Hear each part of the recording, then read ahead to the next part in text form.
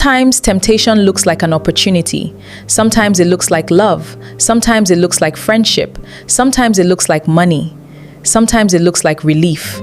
Sometimes it looks like somebody finally giving you the attention you've been craving. And that's why you have to develop discernment. Because not everything that feels good is good for you. Not every open door is your door. Not every person who makes you feel wanted is good for you. And not every opportunity that comes at the right time comes from the right place. Let's make this practical. Imagine someone who struggles with rejection. They meet somebody who constantly tells them, "You're beautiful, you're different, nobody understands you like I do." That person may not actually be offering love. They may simply be offering access to a wound. And because the person is hungry for validation, they may ignore red flags they would normally recognize.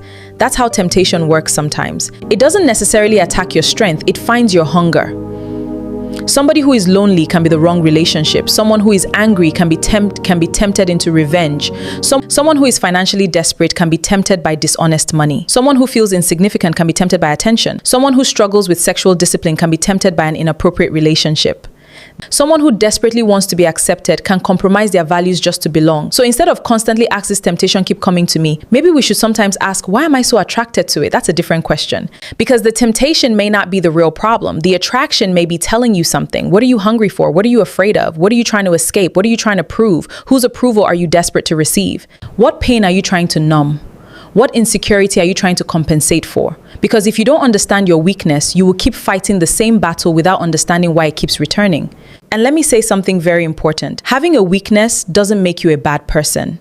It makes you human. The problem is not recognizing that you have a vulnerable area and pretending it doesn't exist. Self-awareness is not weakness. Self-awareness is power. If you know that loneliness makes you vulnerable, don't constantly put yourself in situations where loneliness controls your decisions. If you know anger makes you say things you regret, learn how to step away before responding. If you know certain people bring out the worst version of you, stop pretending you keep playing with fire. Wisdom is knowing your limits.